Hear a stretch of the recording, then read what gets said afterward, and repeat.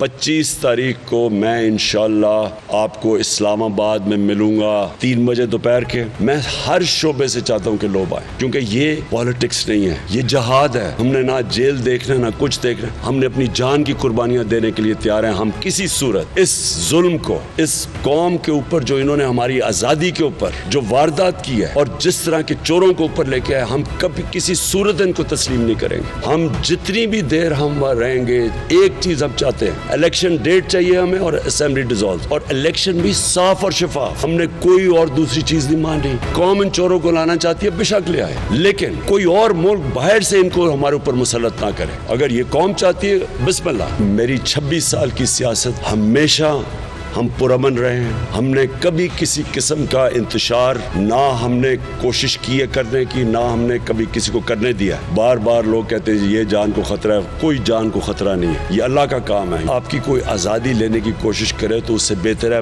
मौत बजाय के गुलाम बने। मैं चाहता हूँ कि लोग पहले निकले, और मुझे ये भी है कि इंटरनेट बंद कर देना 2 दिन पहले, सो पहले से तैयारी कर लें। ये भी हमें खौफ है कि इन्होंने पेट्रोल और डीजल बंद करना है, उसके लिए भी पहले से तैयारी कर लें। ट्रांसपोर्ट इन्होंने रोकनी है बसेस की, उसके भी तैयारी कर ले। जो भी ये करेंगे ये कामयाब नहीं हो सकते, क्योंकि ये एक पाकिस्तान में पॉलिटिक्स नहीं, इनकलाब आ रहा है।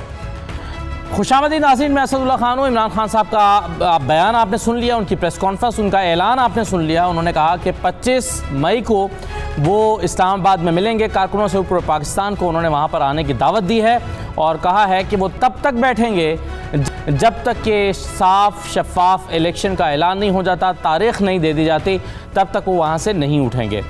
इमरान खान साहब ने एक एग्रेसिव स्ट्रैटेजी लेते हुए ऐसा लगता है कि 25 मई की तारीख़ दी है। इससे पहले कुछ लोगों का ख्याल था कि शायद 28 और 29 की तारीख़ पर भी गौर हो रहा है, लेकिन महज 2 दिन के मार्जिन पर इमरान खान साहब ने 25 तारीख़ का ऐलान कर दिया है। अब हुकूमत की स्ट्रैटेजी क्या होगी? क्या हुकूमत इस स्ट्रॉन्ग मार्च को रोकेगी या इसको होने देगी? अगर फ़र्ज़ कीजिए ये होने दिया जाता है तो कितने दिन में ये नतीजा खैर साबित हो सकता है? पाकिस्तान तहरीक इंसाफ के जो अहम रहनुमा हैं और जो लीडरशिप है वो क्या इससे तवक्को कर रही है? किस किस्म के और कितनी जल्द नताइज की तवक्को कर रही है अपने स्ट्रॉन्ग मार्च से, और गर्मी में कितना अरसा वो बैठ सकते हैं? दूसरी तरफ आज पंजाब में हंगामा आराई के बाद एक इजलास मुनक्किद हुआ पंजाब असम्बली का, जिसमें स्पीकर के ख़िलाफ़ जो तहरीक अदम एतमाद थी वो निमटा दी गई, लेकिन दोबारा तहरीक अदम एतमाद जमा करा दी गई है। आपसे कुछ देर पहले खलील ताहिर सिंधु जो कि नून लीग के MP हैं, उन्होंने ये तहरीक जमा कराई है, खलील ताहिर सिंधु ने। और अब सवाल ये पैदा होता है कि क्या आज ही निमटाए जाने के बाद आज ही ये जमा कराई जा सकती है, या इसमें कोई कानूनी कदगन होती है, कुछ मुद्दत दरकार होती है उसके बाद? तो इस पर भी हम बात करेंगे, और कुछ आखिर में इकॉनमी की सूरत हाल पर भी एक नज़र डालेंगे कि इकॉनमी पाकिस्तान की कहाँ जा रही है और हुकूमत इस पर कितना दबाव में है। मेरे साथ ओन अब्बास बप्पी साहब मौजूद हैं, तहरीक इंसाफ के रहनुमा, बहुत शुक्रिया ओन साहब, खुशामदीद। रफ़ीक रजवाना साहब हमारे साथ मौजूद हैं, साबिक गवर्नर पंजाब, मुस्लिम लीग नून के रहनुमा, आपको भी रजवाना साहब खुशामदीद कहते हैं प्रोग्राम में। ओन अब्बास बप्पी साहब 126 दिन का धरना दिया था, नतीजा खैर साबित नहीं हुआ था। अब आप कितने दिन में नतीजा हासिल कर सकते हैं? खान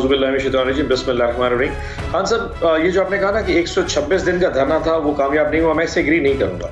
मेरे ख्याल में पाकिस्तान तहरीक इंसाफ अगर एक पॉलिटिकल पार्टी जमात बनी थी और एक इंस्टीट्यूशन के तौर पर रजिस्टर्ड हुई थी, वो 2014 के धरने के नतीजे में हुई थी। हमारे फाइल एंड रैंक्स क्रिएट हुए थे, हमारा नया वर्कर क्रिएट हुआ था, हमें बहुत सारे लोगों ने तकरीर करने सीखा, पेशेंस, गिरफ्तारियां, बहुत कुछ सीखा। आई एम श्योर कि 2 कमी बेशियां 2014 में रह गई थी, और उसकी जो ख़त्म करने की वजूहत है वो आपके सामने है। उस वक्त जो कॉल ऑफ हुआ था उसकी अपनी जगह पे, लेकिन आज एक पॉलिटिकल PTI एक डिफरेंट किस्म की पॉलिटिकल जमात बन चुकी है। सो आई एम नॉट श्योर कि वो 126 दिन के धरने की पेश आएगी। साहब, आप इस तरह से कह रहे हैं कि आप मुझसे इत्तफाक नहीं करते कि वो धरना कामयाब नहीं हुआ था। जाहिर है वो जिस पर्सपेक्टिव में मैं पूछ रहा हूँ उसी पर्सपेक्टिव में ये धरना दिया जा रहा है। यानी उस वक्त भी आप चाहते थे कि हुकूमत घर जाए और आज भी आप चाहते हैं कि हुकूमत घर जाए, लेकिन आज भी हो सकता है हुकूमत घर ना जाए और कुछ अर्से बाद आप कहें कि हमारा धरना अब भी कामयाब है, इससे हमने बहुत कुछ और हासिल किया है, अगर ये हासिल नहीं किया। थोड़ा मैं आपको कंपैरिजन ड्रॉ करने की बात कर रहा था कि उस वक्त धरना कॉल ऑफ करने की वजूहत और थी, और धरने का फेलियर मैं नहीं कह सकता। आज तो धरना है ही डिफरेंट। अब इसकी जो वजह है, जो लॉन्ग मार्च इस वक्त हो रहा है, उसका बड़ा सिंपल सा एक वजह है कि हमें एक इलेक्टेड गवर्नमेंट को उठा के एक साजिश के नतीजे में बाहर फेंक दिया है और एक चोरों की गवर्नमेंट को बिठा के हमारे ऊपर मुसल्लत कर दिया है। पाकिस्तान की अवाम ने फैसला दे दिया कि वो साथ चलने को तैयार है। उस वक्त जब हम 2014 में आए थे, उस वक्त पाकिस्तान की अवाम के सामने 35 पंक्चर का पॉइंट था। आज तो एक गुलामी या आजादी का है। एंड एक चीज खान साहब और बता दूं, इस दफा तहरीक इंसाफ लॉन्ग मार्च नहीं कर रही। हम कोई गाड़ियां बसें शायद अरेंज ना कर पाए, अब अवाम आएंगे। मुझे जनूबी पंजाब में, क्योंकि मैं लीड कर रहा होता हूं, यहां हम किसी को बसों का नहीं कह रहे, लोग अपनी गाड़ियों अपनी सवारियों पे अपना राशन, मैंने पहली दफा देखा है कि चावल, आटा, दालें, घी लोग खुद परचेज कर रहे हैं। टेंट्स अपने लेके आ चुके हैं। मॉस्किटो के जो नेट्स होते हैं, जो मच्छर काटने वाली, वो तक लोग अपने अपने ले चुके हैं। और इंशाल्लाह परसों शाम को जब यहां से काफले निकलने शुरू होंगे, 25 की सुबह भी निकलेंगे जनूबी पंजाब, क्योंकि ये सबसे दूर अफ्तादा इलाका है इस्लामाबाद से। इससे बाद आगे सिंध वाले तो शायद ना आए। हमारी जो एक रीच आएगी, आपको अंदाजा हो जाएगा कि फैसला तो शायद जनूबी पंजाब से लोग 24 को निकलना शुरू करेंगे। जी, इसलिए ना क्योंकि हमारा यहाँ से ट्रैवलिंग टाइम 7 से 8 घंटे का है। और मैंने तो अब लोगों को ये बताना शुरू कर दिया है कि खानेवाल से लेके और इस्लामाबाद टूल प्लाजा तक, मैं आपको हज़रतुल्लाह खान अल्लाह से डर के कह रहा हूँ खान साहब, कि ये 500 किलोमीटर की मोटरवे जो है, ये 24 की रात और 25 की सुबह चौक हो जाएगी। खान साहब, आप मान लीजिए कि लोग आ गए, कश्मीर हाईवे पूरा भर गया, आप वहां बैठ गए, हुकूमत ने आपको बैठने दिया, आंसू गैस की शेलिंग ना हुई, आपको आने दिया, आप वहां आकर बैठ गए, फिर क्या होगा? खान साहब, जब तक हुकूमत ये फैसला नहीं कर देती कि वो इलेक्शन की तारीख का ऐलान नहीं करती और असेंबली डिसॉल्व नहीं करती, हम बैठे रहेंगे। हमने जो दोस्तों को, अपने पार्टी के ऑफिस वर्कर्स को, जो लोगों को कन्वे कर दिया है, वो स्टे मैक्सिमम 1 महीना भी हो सकता है, या जब तक ये रिजल्ट नहीं निकलेगा। इस दफा खान साहब जब तक वापस नहीं कहेंगे, हम लोग नहीं जाएंगे। और जैसे खान साहब ने कहा है, इस लॉन्ग मार्च के लिए हमारी जानें कुर्बान है। ये आम लॉन्ग मार्च नहीं है, ये इस कौम को पहली दफा इस गुलामी से निकालने की एक लॉन्ग मार्च हो रहा है, जिसका मकसद ही कुछ और है। यानी कि वो आजादी 47 वाली और ये गुलामी से आजादी का जो कॉन्सेप्ट है, इस दफा हम नहीं आएंगे जब तक इलेक्शन का गवर्नमेंट अलाउ नहीं कर सकती। और मैं खान साहब और बताऊं, इस गवर्नमेंट के पांव कोई नहीं, ये गवर्नमेंट बर्दाश्त नहीं कर सकेगी। जब कॉन्वॉय निकलने शुरू होंगे ना, और 20 लाख लोग एक टाइम पे 25 की शाम को आपको इस्लामाबाद में नजर आएंगे, बड़ों की जो है ना कांपे टांगने शुरू हो जाएंगे। ठीक है। अच्छा रजवाना साहब, आप एक बहुत तजर्बाकार सियासतदान हैं, ये हालात जो बन रहे हैं, ये पहली मर्तबा बन रहे हैं या पहले भी आपने पिछले रिसेंट पास्ट में, पिछले 15-20 साल में आपने इस तरह की कोई मूवमेंट बनते हुए देखी? और आपको लगता है कि इस हुकूमत को रोकना चाहिए तहरीक इंसाफ के इस मार्च को, और रोकना सूदमंद होगा या ना रोकना सूदमंद होगा नून लीग के लिए? देखिए, पहला धरना इमरान खान साहब ने और उसकी पार्टी ने दिया था, काफी दिन लंबा रहा ये धरना इस्लामाबाद में, और पार्लियामेंट चल रही थी, और वो धरना जो है बकौल पीटीआई के कामयाब रहा। भाई नैनी केस नाकाम रहा, मगर उससे मुल्क को बड़ा नुकसान पहुंचा। यानी हो, मैं अभी इमरान खान साहब की वो तकरीर का कुछ हिस्सा सुन रहा था जिसमें उन्होंने ऐलान किया है लॉन्ग मार्च का और अपना प्लान दिया उन्होंने। तो कह रहे थे कि हकीकी आजादी, तो मुझे देखिए, पहले तो पॉलिटिकल लीडर है, एक पॉलिटिकल पार्टी है और काबिल जिक्र एक पॉलिटिकल पार्टी है, उनका राइट है। उन्होंने उनको हुकूमत से बकौल उनके साजिश के तहत निकाला गया, बकौल हमारे या बाकी जमातों के, वो एक आईनी तरीके से उनको अदम एतमाद के जरिए आर्टिकल 95 के तहत निकाला गया। ठीक है, इसमें बहस की अब जरूरत नहीं है क्योंकि सुप्रीम कोर्ट का फैसला भी था, सब कुछ था। अब उनका राइट है, वो अपना एहतजाज करें, वो अपनी लॉन्ग मार्च की कॉल दें, वो जितने दिन मर्जी वहां बैठे, till the time they take the law into their hands. तो मेरा ख्याल है उनको रोकना भी जायज नहीं है, उनके साथ खुदा ना खासा वो सख्ती करना भी जायज नहीं है। मगर एक बात जरूर है, पाकिस्तान की इकोनॉमिक सिचुएशन है, मैं इंडिपेंडेंट बात कर रहा हूँ, मैं किसी पार्टी को ना अच्छा कह रहा हूँ ना बुरा कह रहा हूँ, अपनी अपनी एक सोच होती है, ना बड़ी बैलेंस बात है। और दूसरा बरखुरदार है मेरे, मैं इनके साथ तो कोई बहस वाली बात कर ही नहीं सकता। I have great regards for him. तो मैं ये समझता हूँ कि पाकिस्तान इस वक्त इन चीजों पर मुतामिल नहीं हो सकता। बाकी एक आजादी का नारा है, लगाएं आजादी का नारा। 1947 की आजादी शायद मेरा ख्याल है नहीं मिली, अब इन्होंने आजादी दिलानी है तो दिलाएं, यू आर वेलकम। तो पाकिस्तान इस वक्त इकोनॉमिक सिचुएशन में है, मैं इस पर भी गुफ्तगू नहीं करता कि किसी क्रिएटेड है किसी क्रिएटेड नहीं है। ठीक है जी, 3.5 साल 4.5 साल पीटीआई ने हुकूमत की, और फिर हमें को हमें क्या एक मखलूत हुकूमत है, नून लीग के कंधे में सारा मलबा आ रहा है या उसके सर पे आ रहा है, ये एक मखलूत हुकूमत है जिसमें और पार्टियां शामिल हैं। जी। इन हालात पे मैं नहीं समझता कि पाकिस्तान इस तरह के लॉन्ग मार्च का इकोनॉमिकली मुतहम्मिल हो सकता है। नहीं, मगर आप समझते हैं रमजान साहब, आप समझते हैं कि कल को अगर वाकई मलबा, जैसा कि मरियम नवाज खदशा जाहिर करती हैं बार बार अपनी तकरीर में कि हमें ये टोकरा उठाकर अवाम के पास नहीं जाना चाहिए और हम उनके गुनाहों या गलतियों का टोकरा खुद क्यों उठाएं, अगर ये मलबा गिरता है तो ये सिर्फ नून लीग के सर पे गिरेगा या आप लोगों को समझा पाएंगे कि नहीं जी ये तो बाकी 10 पार्टियां और भी थी हमारे साथ, ये सिर्फ हमारे ऊपर ना डालें, क्योंकि बाजार यही लग रहा है कि नून लीग इसकी जिम्मेदार करार पाएगी। हमें मलबे गिरने की फिक्र नहीं है, हमें इकोनॉमी को इतना अर्सा ये मिलता है, इस हुकूमत को इकोनॉमी को सुधारना जो है ना, that is the first priority. और unfortunately economic crisis has overpowered the political crisis.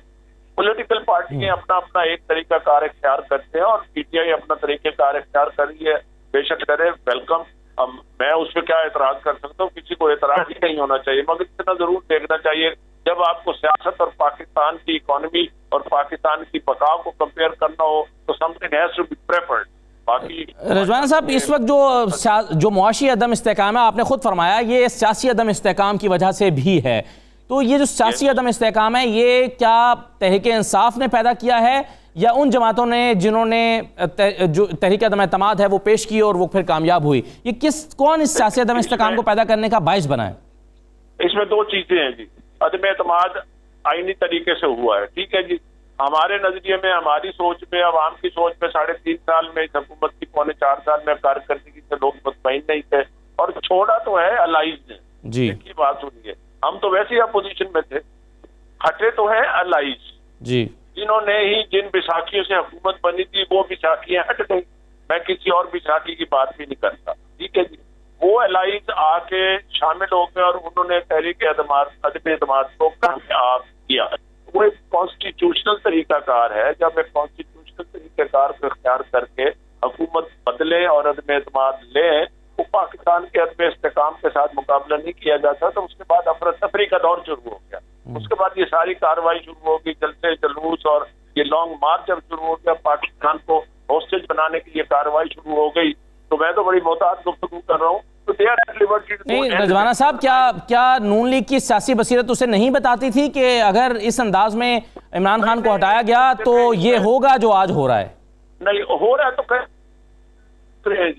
हम रोक तो नहीं रहे, सियासत में होता रहता है, बट ठीक है, वी हैव टू कंपेयर। आपने फरमाया रजवाना साहब, आपने फरमाया कि जो तहरीक अदम एतमाद पेश हुई, आईनी तरीके से सब कुछ हुआ, लेकिन अगर आप उस साइफर जिसका जिक्र इमरान खान करते हैं और जिसका नेशनल सिक्योरिटी काउंसिल में भी, उसके इजलास में भी जिक्र हुआ, नेशनल सिक्योरिटी कमेटी के इजलास में, उस साइफर को मिलाकर देखें इस तरीके अदम एतमाद के साथ, तो फिर भी आप कहेंगे सब आईनी कानूनी तरीके से हुआ? देखेंगे, वो इनका एक प्ली है, इनकी एक डिफेंस है। जब तक वो डिटर्मिनेशन ना हो, सुन ले, डिटर्मिनेशन ना हो, ये इमरान खान साहब ने गालबन लिखा है खत या नहीं, वो कह रहे थे कि मैं चीफ जस्टिस ऑफ पाकिस्तान को खत लिखूंगा, बेशक लिखे। तो मैं जितनी अरसा ये अदम एतमाद की कार्रवाई के हवाले से सुप्रीम कोर्ट में केस चलता रहा, throughout I was present there, तो बेहतरीन मौका था कि साइफर जो है वहाँ सुप्रीम कोर्ट के नोटिस में लाते और इनका ये डिफेंस वहाँ होता ताकि पता चलता कि असल क्या है और झूठ क्या है। इसी अब भी मौका है, ये दिखे और कोई कमीशन बनता है तो बनाए। हमने तो ऑफर किया कि हम बनाते हैं, और आपको याद होगा फवाद चौधरी साहब जिस दिन वजीर कानून का चार्ज किया था दरमियान में, और उन्होंने ऐलान किया था कि हम एक कमीशन बनाने जा रहे हैं, कमीशन ऑफ इंक्वायरी के एक लॉ के तहत लॉ है एक, तो बेशक उसको बनाए, मगर इस वक्त तक अभी तक एक मफरूजा है या एक एलिगेशन है। एलिगेशन को बिल्कुल उसकी तफ्तीश होनी चाहिए, उसकी तहकीक होनी चाहिए, वेलकम, व्हाई नॉट। सही है। तो एक मफरूजे की बुनियाद पर आप समझते हैं कि इमरान खान ये तहरीक चला रहे हैं? बपी साहब, ये जी मफरूजे से आगे जाता हूँ कि एलिगेशन है। एलिगेशन है, अच्छा। बपी साहब, ये बताएं कि बी प्लान क्या है अगर राना सनाउल्लाह साहब, जैसा कि वो चाहते हैं कि अगर उनको रोकने का हुक्म दिया जाए तो एक बंदा भी नहीं निकल सकता, एक शख्स को भी वो निकलने नहीं देंगे, नहीं निकलने दिया जाता, तो बी प्लान क्या है तहरीक इंसाफ के पास? पहली तो बात है, राना सनाउल्लाह की इस बात को सीरियस लेना मेरे ख्याल में वही अजीब सी बात होगी। अगर वो इतना ज्यादा स्ट्रॉन्ग विल्ड आदमी है और इतनी उसकी पावर है या उसकी कोई फैन फॉलोइंग है, तो फैसलाबाद में जो जलसा हुआ था धोबी घाट में रोक के दिखा देते। मतलब वो 20 बंदे अगर हमें नहीं बिल करने देता तो वहां पे जो फैसला नहीं किया ना रोकने का। अच्छा, तो अगर फॉर एग्जाम्पल फैसला कर रहे हैं जी। तो राना सनाउल्लाह समझते हैं कि पूरा पाकिस्तान से एक जो आवाम निकलेगी, नर्सें निकलेंगी, बच्चे निकलेंगे, बिजनेसमैन निकलेंगे, मजदूर निकलेगा, छाबड़ी वाला निकलेगा, मतलब पूरा पाकिस्तान निकलेगा और एक राना सनाउल्लाह सुल्तान राय जो है वो सबको आके रोक लेगा। मैंने ऐसा हो नहीं सकता। इस्लामाबाद हम अगर मैं उनके जो इरादे हैं, अगर आप चाहें तो बप्पी साहब मैं आपको सुनवा दूं। राना सनाउल्लाह साहब के इमरान को वो ना सिर्फ गिरफ्तार करना चाहते हैं बल्कि वहां रखना चाहते हैं जहां आपने उन्हें रखा था। सुनिए उन्होंने क्या कहा। ऐसी सूरत हाल में अगर आप मेरे दिल की मर्जी पूछें, बिल्कुल इस आदमी को उसी सेल में बंद करना चाहिए जहाँ पे उन्होंने मुझे बंद किया था। इसका 3 दिन में जो है ना, इसकी सारी सियासत जो है वो निकल गई। ये नहीं कहता कि अदारे हमारे साथ नहीं हैं, अदारे हमारे साथ होने भी नहीं चाहिए, अदारे पाकिस्तान के साथ होने चाहिए। और पाकिस्तान को इस वक्त इस भंवर से निकालने के लिए जितना जोर लगाने की ज़रूरत है, हम जितना लगा रहे हैं मैं समझता हूँ वो भी कम है, इससे ज़्यादा होना चाहिए। समझता हूँ कि चौधरी के पास जो है वो जब उनके खिलाफ अदम की तहरीक शुरू हो चुकी है, उन्हें उस तहरीक पे वोटिंग के बगैर ना इजलास बुलाना चाहिए, ना प्रिजाइड करना चाहिए। ये बापी साहब उनके दिल की ख्वाहिश और दिल की मर्जी है। वो कहते हैं मेरे दिल की पूछें तो इनको वहां उस कोठरी में डालें जहां मुझे डाला था, 3 दिन में इनकी इजाजत सब निकल जाएगी।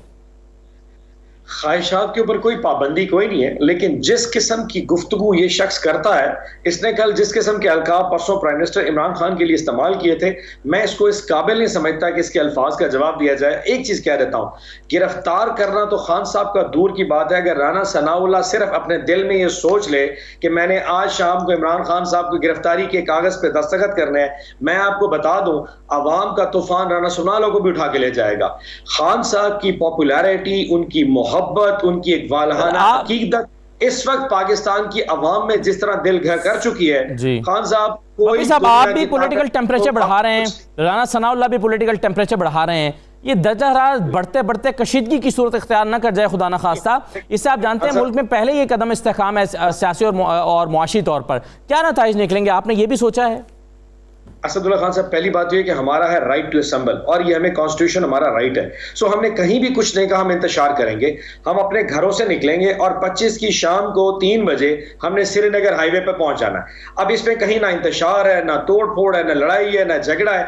लेकिन अगर कोई मोटरवे के ऊपर कंटेनर रख देता है या मेरे घर से आके हमें गिरफ्तारियां करना शुरू कर दे या रस्ते में हमें लोगों शैलिंग स्टार्ट हो जाए या श्रीनगर हाईवे पे लाठीचार्ज स्टार्ट हो जाए, तो अगर गवर्नमेंट ने पहल की तो उसके बाद फिर हमारे पास क्या राइट रह जाएगा?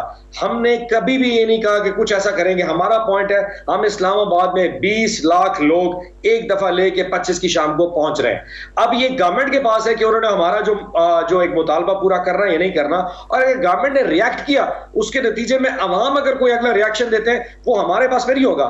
हमने किसी अवाम को नहीं कहा भाई आपने लड़ना, हमने कहा आपने अपने बच्चों के साथ, अपनी फैमिलीज के साथ, अपने घर वालों के साथ, दोस्तों रिश्तेदारों के साथ एक दफा इस्लामाबाद जरूर आना है। और यकीन जानिए साहब कहीं ऐसा तो नहीं है कि 2-4 दिन आप बैठे हैं और नताइज हासिल ना हो तो फिर आप पीटीपी की तरफ बढ़ जाएं या किसी रेड जोन की तरफ बढ़ जाएं? पहली बात तो 2-4 दिन का डिसीजन हुआ नहीं है। डिसीजन ये है कि जब तक इलेक्शन की डेट नहीं आएगी हम वापस नहीं आएंगे, नंबर 1। नंबर 2, ये पुरअमन किस्म का मार्च है और वहां पे प्रोटेस्ट सेट इन किस्म का होगा। उससे जो हमारी जो एलोकेटेड हमें जो जगह दी गई है हम उससे आगे कहीं नहीं जाएंगे अनटिल अनलेस गवर्नमेंट ने हमें मजबूर ना कर दिया किसी ऐसी हरकत पे जहां से खान साहब के हवाले से कुछ उनके जो जहन में राना सनाउल्लाह की जो तौजीहात और जो उसकी हरकतें नजर आ रही हैं, इस तरह का मामला ना हुआ। श्रीनगर हाईवे आपको दी गई है, आप कह रहे हैं कि जो जगह दी गई है, ये क्या हुकूमत से आपने इजाजत ली है श्रीनगर हाईवे को ब्लॉक करने या वहां पर एहतजाज करने की? जब आज से 3 साल पहले फजलुर रहमान साहब वहां पे आए थे तो उन्होंने इजाजत ली थी, वो आ रहे थे, हमने कहा उन्होंने गलत किया तो आप भी गलत करेंगे क्या? जी नहीं सिर्फ नहीं गलत तो नहीं था, हमने भी तो कुछ नहीं कहा था ना। आपको ये देख लेना चाहिए कि 2018 में हमारी गवर्नमेंट बनने के बाद 3.5 साल में कम से कम 3-4 दफा इस्लामाबाद में चढ़ाई हुई है। अपना बिलावल भुट्टो जरदारी साहब आए हैं, मरियम नवाज शरीफ साहब आई हैं, अपना उसके बाद ये लेके फजल रहमान लेके आए थे, टीएलपी आए थे, हमने तो कभी किसी को नहीं रोका। आप आखिर खौफ किस चीज का होगा? एक दफा जरा पीटीआई को तो आने दे, आपको लग पता जाएगा कि पानी क्या होता है और दूध क्या होता है। राइट सर, एक ब्रेक ले रहा हूँ मैं, छोटी सी ब्रेक लेता हूँ, वापस आ इसके मजीद पहलुओं पर बात करते हैं। कुछ पंजाब में जो कुछ हुआ है आज उस पर भी बात करेंगे ब्रेक के बाद।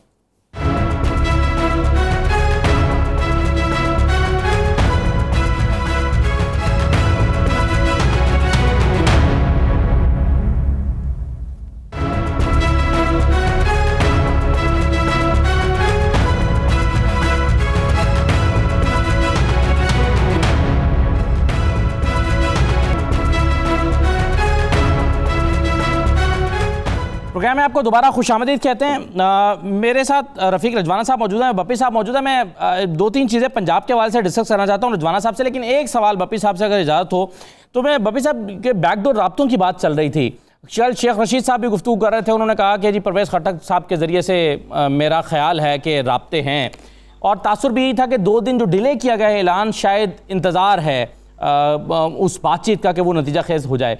तो आज जो ऐलान कर दिया गया है, इससे क्या ये तासुर लिया जाए कि बैकडोर राब्ते नतीजा खेज साबित नहीं हुए? अच्छा खैर, मैं सिर्फ बैकडोर राब्तों पे कोई ज़्यादा कमेंट नहीं कर सकूंगा क्योंकि ये सीनियर लीडरशिप का काम है। I am not privy to that information, ना मेरे पास इस तरह की इतलात है, ना मुझे ऑब्वियसली बताना चाहिए, उनके आपस मामला होंगे। बट जो 2 दिन लेट करने का मामला था, वो उसकी 2 वजूहत थी। एक तो जुम्मे वाले दिन, जिस दिन ये ऐलान मुल्तान में होना था, उस दिन ये 25 लोगों की जो डी सीट का इलेक्शन कमीशन का फैसला था वो आ गया, एक नई डेवलपमेंट थी, और उसके नतीजे में ऑफ कोर्स पंजाब हुकूमत की किस्मत का फैसला होना था। तो वो प्राइम मिनिस्टर साहब देखना चाह रहे थे कि 1-2 दिन, और सारी पार्टी लीडरशिप देखना चाह रही थी 1-2 दिन में पंजाब में क्या डेवलपमेंट्स होती हैं, क्योंकि पंजाब गवर्नमेंट के पास अब अददी अक्सरियत खत्म हो चुकी है। हैविंग सेड दैट, अगर पंजाब गवर्नमेंट गिर जाती है तो उसके बाद हमारी जो एक पूरा लाएमल था उसमें थोड़ा बहुत जो चेंज आनी थी उसके लिए डिले किया गया। नंबर 2, हमारी जो कोर कमेटी की मीटिंग थी वो संडे को प्लान हो गई थी, और उसमें कुछ निटी ग्रिटीज डिस्कस होना बाकी थी। उनको डिस्कस किए बगैर 25 का ऐलान करना गैर मुनासिब था, इसलिए प्राइम मिनिस्टर साहब ने डिले किया था। शेख रशीद साहब का जो पॉइंट था कि जी वो राब्ते हैं, वो एक जनरल स्टेटमेंट हो सकती है, and he must be have that information. मेरे पास ऐसा कुछ नहीं, ना हम पहले उनसे कोई मतलब मेरा कोई मामला उनके साथ चल रहे थे। अभी भी आज प्राइम मिनिस्टर ने बड़ा क्लियर लिखा, इदारे पहले न्यूट्रल थे, अभी भी न्यूट्रल है, और हम उम्मीद करते हैं कि आगे भी न्यूट्रल कहेंगे, और जो डेमोक्रेसी में जो पावर्स काम कर रही हैं उनको अपना रोल प्ले करने दें। लेट द पीपल डिसाइड कि पाकिस्तान की इस वक्त जो क्राइसिस है उसके आगे निकलने का जो तरीका। चलें, पंजाब की बात करते हैं। आपने जिक्र भी किया कि डी नोटिफाई हो गए या मुनारिफ अरकान जो है वो डी सीट हो गए, लेकिन अता तारड़ साहब कहते हैं कि अभी भी हमारे 197 की फिगर हमारे पास मौजूद है। रजवाना साहब, आईनी पोजीशन क्या है? मैं सुनवा देता हूं आपको अता तारड़ साहब क्या कह रहे हैं।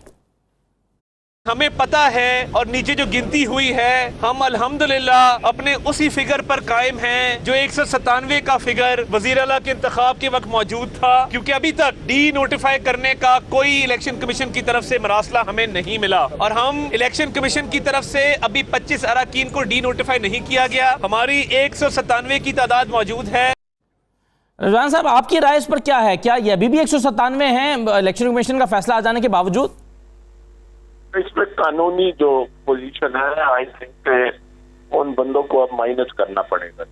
ठीक है जी, हेलो जी जी जी, हाँ, माइनस इसके बावजूद भी जो अक्सरियत बनती है, जो मैं इतनी ज्यादा कैलकुलेशन तो नहीं कर सका, फिर भी अदली अक्सरियत जो है इन मार्जिन से बनती है हमजा शहबाज के हक में, मगर वो ऐसी को बात आएगी सामने खुल जाएगी। एक बात मेरे जेहन में थी, जब आप इससे पहले ब्रेक से पहले आप गुफ्तगू कर रहे थे जी, कहिए, और साइफर की बात कर रहे थे जी। अभी रिसेंटली आपके इल्म में है, पाकिस्तानियों के इल्म में है कि बलोचिस्तान में अदम एतमाद जो है जाम कमाल और जिंद साहब ने मूव कर, ठीक है, तो वहाँ भी कोई साइफर आया है, वहाँ भी कोई जो बाइडन पहुंच गया है, या वहाँ आईनी तरीके से हो रही है कि अपने आदमी कर रहे हैं। इसी हद तक मैंने इसका हवाला देना था। और दूसरी बात भी बड़ी इंपॉर्टेंट है कि पाकिस्तान इस वक्त 4 सूबों में बगैर गवर्नर्स के चल रहा है। ये एक मैं कॉन्स्टिट्यूशनल बात कर रहा हूँ, बतौर एक पाकिस्तानी के कर रहा हूँ जी। अगर मैं सिर्फ पंजाब की सर बात करूँ तो पंजाब में गवर्नर कैसे समझते हैं आपके गवर्नर नहीं है, जबकि सदर ने उनको डी नोटिफाई नहीं किया? सुने जी, अब आइन की बात है, अब इस पे मैं ज्यादा बहस करूं तो मैं आइन के हवाले से करूंगा। आर्टिकल 101 जो है आइन का, उसके मुताबिक है कि प्राइम मिनिस्टर की समरी के बाद गवर्नर अपॉइंट होता है। ठीक है, आगे लिखा हुआ है कि जी गवर्नर जो है वो सदर साहब की प्लेयर के तक जो है ना वो ऑफिस होल्ड करेगा, मगर वो प्लेयर तक ऑफिस होल्ड करना और गवर्नर की अपॉइंटमेंट का तरीक़ाकार, तो दोनों को मिला के पढ़ना पड़ेगा आर्टिकल सारे को। तो मेरी नजर में कि वो जब गवर्नर के बारे में वजीर आजम साहब समरी भेज दें उनको हटाने की, तो वो मुद्दत जैसे पूरी थी सदर साहब ने कर दी, उसके बाद अब दोबारा चली गई है दूसरे अपना मियाद के लिए 10 दिन के बाद, वो ऑटोमेटिकली तस्वर होगी कि वो मंजूर हो गई, चाहे सदर साहब उस पर कुछ भी ना कहें। तो मेरी नजर में गवर्नर की अपॉइंटमेंट होनी चाहिए और गवर्नर का ओहदा खाली है। इसी तरीके से बाकी जगह कायम मकाम गवर्नर काम कर रहे हैं। तो मैं ये समझता हूँ कि सदर साहब के लिए मेरे दिल में बड़ा एहतराम है।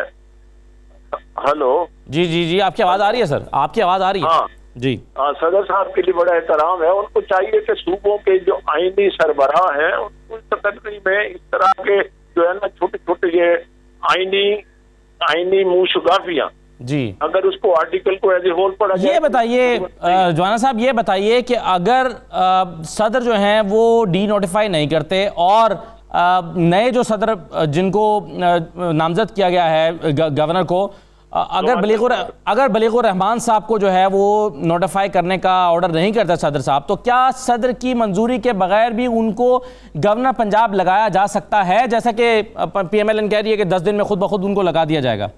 तो देखिए, जो आइन की मंशा है और जो रूल्स की मंशा है उसमें तो यही है कि 10 दिन के बाद दूसरी दफा जब समरी जाती है, क्योंकि इसको मैं भी डील कर सकूँ बतौर गवर्नर, हमारे पास भी समरियाँ आती थी और उसको हम जो है ना इधर वे जो है ना, हमारा तो खैर कोई ऐसा इत्तेफाक नहीं हुआ, तो उसमें 10 दिन के बाद दूसरी दफा समरी आती है तो automatically deemed to have been accepted.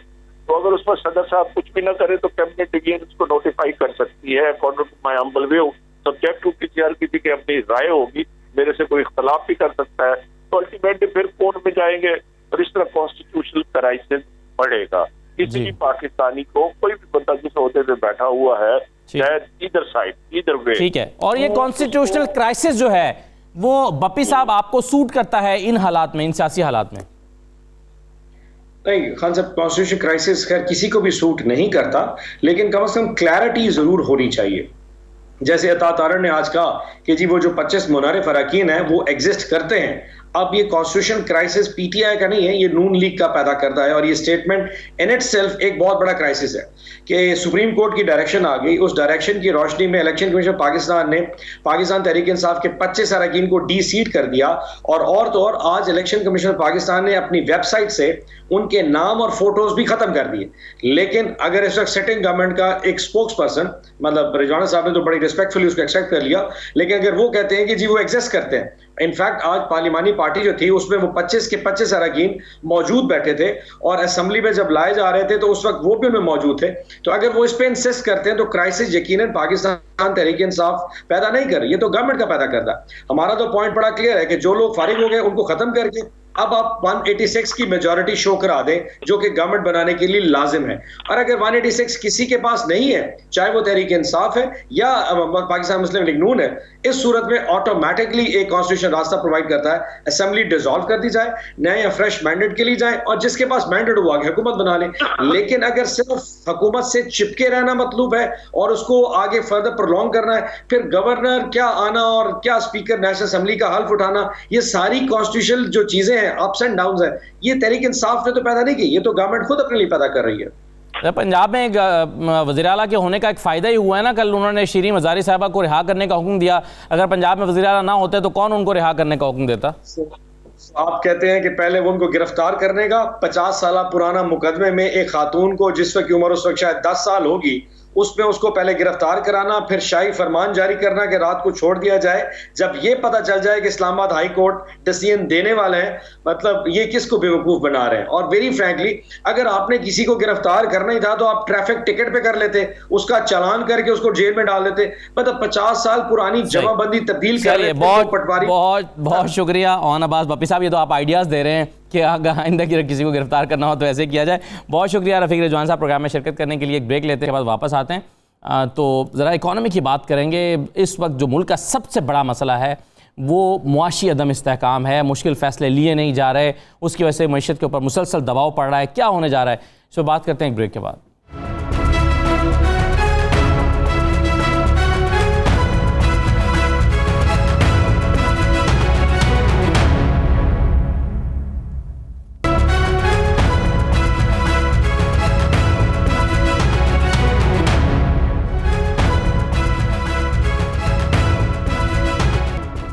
Break के बाद आपको दोबारा खुशामदीद कहते हैं। हमारे साथ माहिर मुआशियात डॉक्टर शाहिद हसन सिद्दीकी साहब मौजूद हैं। डॉक्टर साहब बहुत शुक्रिया।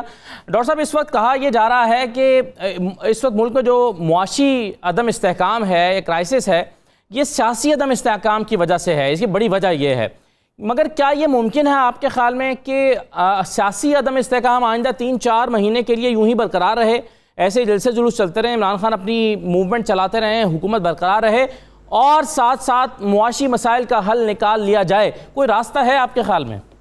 देखिए, रास्ता बिल्कुल है, लेकिन पहले मैं ये कह दूं कि हमारे पाकिस्तान में लोग परसेप्शंस पर बात करते हैं। मैं पूरी जिम्मेदारी से कह रहा हूं कि हुकूमत और स्टेट बैंक के जो आदाद शुमार हैं वो ये साबित करते हैं कि जो तबाही बर्बादी आई है उसका कतई कोई ताल्लुक सियासी अफरा तफरी और हंगामा आराई से नहीं है। बिल्कुल मैं जिम्मेदारी से कह रहा हूँ। तो डॉक्टर आप ये कह रहे हैं कि ये आज जहां हम जिस सूरत हाल से दो चार हैं, ये होना ही था, ये वोट ऑफ नो कॉन्फिडेंस आती या ना आती, दोनों सूरतों में यही होना था जो इस वक्त हो रहा है, आप ये कह रहे हैं? देखिए, बिल्कुल मैं ये कह रहा हूँ, मैं आपको अभी साबित कर दूंगा तो ये 2 मिनट के अंदर। पहली बात ये थी कि इमरान खान साहब ने 28 फरवरी 2022 को IMF से एक मुआहदा तोड़ दिया, तहरीरी मुआहदा, जो 21 माह की कोशिशों के बाद हुआ था, और उन्होंने मसनूआत की कीमतें पेट्रोल की कम कर दी और दूसरी बातें की। IMF ने आपकी किस्त $1 अरब की रोक ली और उसके साथ ही आपका प्रोग्राम मुश्किलात का शिकार हो गया। अगर वो $1 अरब आपको मिल जाता तो आपको पता है सऊदी अरब ने खुल के कहा है कि जब IMF के प्रोग्राम में आप होंगे हम आपको पैसा दे देंगे। UAE ने कहा है कि जब IMF के प्रोग्राम में होंगे हम पैसा दे देंगे। अगर वो $1 अरब की किस्त आपको मिल जाती, सऊदी अरब आपको पैसे दे देता, UAE आपको पैसे दे देता, हम इंटरनेशनल मार्केट में बॉन्ड्स फ्लोट करते, पैसे आ जाते, तो डॉलर जो है 180 पर होता और रिजर्व हमारे इस काबिल होते कि हम झटका संभाल सकें। सही जो है ना, तो बिल्कुल डॉक्टर साहब, फिर मुझे अगला सवाल आपसे ये पूछना चाहिए कि इस वक्त मौजूदा हुकूमत भी ये कोशिश कर रही है कि हम IMF प्रोग्राम में वापस चले जाएं, लेकिन मुआहिदा जो है जो तोड़ा गया था वो वैसे ही टूटा रहे। यानी आप सब्सिडी जो है वो ख़त्म नहीं करेंगे, विड्रॉ नहीं करेंगे, पेट्रोलियम मसनूआत की कीमतें नहीं बढ़ाएंगे, लेकिन आप चाहते हैं कि IMF का प्रोग्राम बहाल हो जाए। क्या ये दोनों चीज़ें साइमल्टेनियसली मुमकिन है? मैं नहीं समझता कि हुकूमत ये चाहती है, इतने अहमक नहीं है। हमें हर हालत में IMF का प्रोग्राम हर कीमत पर, हर शर्त पर वो जो है ना बहाल कराना है। इसलिए कि आपके तो रिजर्व जो है ना $10 अरब हैं, 45 दान की इंपोर्ट्स के लिए काफ़ी है। रुपये गिर रहे हैं, क्या तमाशा तो नहीं कर सकते, ये तो आपको बहाल कराना है।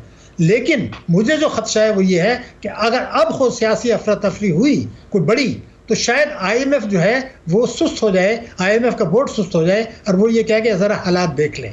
इसका मतलब ये है कि आप इस वक्त मसला ये नहीं है कि IMF की शराइत ना मानने का सवाल ही नहीं है, वो शायद आपको थोड़ी कंसेशन के लिए तैयार हैं कि आपको जो पेट्रोलियम मसनूआत करनी है उसको शायद वो किस्तों में कर दें और बजट आपका कहें ज़रा सख्त बना दें। ये तो है, लेकिन आप अफोर्ड नहीं कर सकते हैं कि आप IMF का प्रोग्राम को बहाल ना कराएं। इसलिए इस वक्त जो हमारे प्राइम मिनिस्टर साहब हैं उनके सामने काम ये है कि अपनी काबीना की इजलास बुलाएं, उनको बताएं कि जो तबाही आई है वो 28 फरवरी 2022 का फैसला और मार्च से जून 2020 में जो हमने डिस्काउंट रेट गिराया था, उसके बाद ये आदाद शुमार हैं कि जुलाई से अप्रैल तक हमारा तिजारती खसारा $39 अरब पाकिस्तान की तारीख में सबसे ज़्यादा, हमारे इंपोर्ट्स $65 अरब पाकिस्तान की तारीख में सबसे ज़्यादा। तो ये और हमारा जो मिड मई से अब तक $48 गिर गया। तो ये सूरत हाल तो पैदा हुई इन 2 गलत फैसलों से।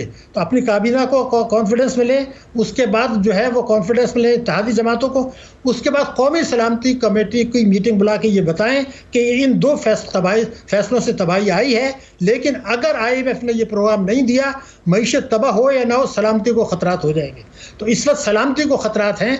इमरान खान साहब को ये चाहिए कि 10 जून का बजट जब मंजूर हो जाए उसके बाद जो करना है कर लें, लेकिन अभी IMF का प्रोग्राम बहाल होने दें, बजट आने दें, बजट बहाल हो जाए, फिर अपना सियासी खेल भी कर लें। ये तबाही बर्बादी उनके 2 फैसलों से आई है। आपको लगता है कि अगर ये जो लॉन्ग मार्च का ऐलान किया गया है ये ऐसे ही होता है तो IMF उससे पहले सियासी सूरत हाल को पाकिस्तान में देखना चाहेगा और देखना चाहेगा कि अगर यहाँ पर इस्तेहकाम है तो पैसे देगा, आप ये कह रहे हैं? देखिए, 25 फरवरी तक आपके मुज़ाकरात होने हैं, वो असरअंदाज होंगे, लेकिन अगर वो हो भी जाएं कामयाब, एक बात कह रहा हूं, तो वो अपने एग्जीक्यूटिव बोर्ड को भेजते हैं। एग्जीक्यूटिव बोर्ड जरूर ये चीज देखेगा, माजी में ऐसे हो चुका है, हालात क्या हैं, ठीक है, वो हालात क्या हैं। तो हमें इस कौमी सलामती को देखना है, सियासी खेल नहीं करना है। डॉक्टर साहब ये बताइए कि नेशनल अकाउंट्स कमेटी कि एक रिपोर्ट को बुनियाद बनाकर तहरीक इंसाफ अपनी एक सक्सेस स्टोरी के तौर पर उसको पेश कर रही है कि जिसने जो पाकिस्तान का GDP है उसको 5.9% कैलकुलेट किया है पिछले साल 21-22 का, और फिर एग्रीकल्चर में जो ग्रोथ आई है वो 4.40 है, इंडस्ट्री में 7.19 है, सर्विसेज में 6.19 है। ये 21-22 की रिपोर्ट है। और इसी तरह से पर कैपिटा इनकम भी बढ़ी है और GDP at current market prices जो है उसमें भी इंक्रीज़ हमें देखने में आया है। तो ये बताइए कि क्या पाकिस्तान तहरीक इंसाफ आज भी इमरान खान जो अपनी प्रेस कॉन्फ्रेंस कर रहे थे उसमें वो बता रहे थे कि बड़े मुस्बत अशारिया मिल रहे थे, और फिर ये रिपोर्ट अगर हम सामने रख कर देखें तो उनका ये दावा दुरुस्त है? बिल्कुल गलत है। देखिए, मैं तो कहता हूँ, मैं कमेटी की रिपोर्ट मान लेता हूँ कि आपका 5.9 है, लेकिन उनको विरसे में मिली थी तो 6.1। ये रीबेसिंग के बात है, ये आप क्यों भूल रहे हैं? 6.1 इनको विरसे में मिली थी, ये है। लेकिन किस कॉस्ट पर ज़रा ये देख लें, उनको विरसे में मिली थी अफराद ज़र 4.5, आज है 13.4।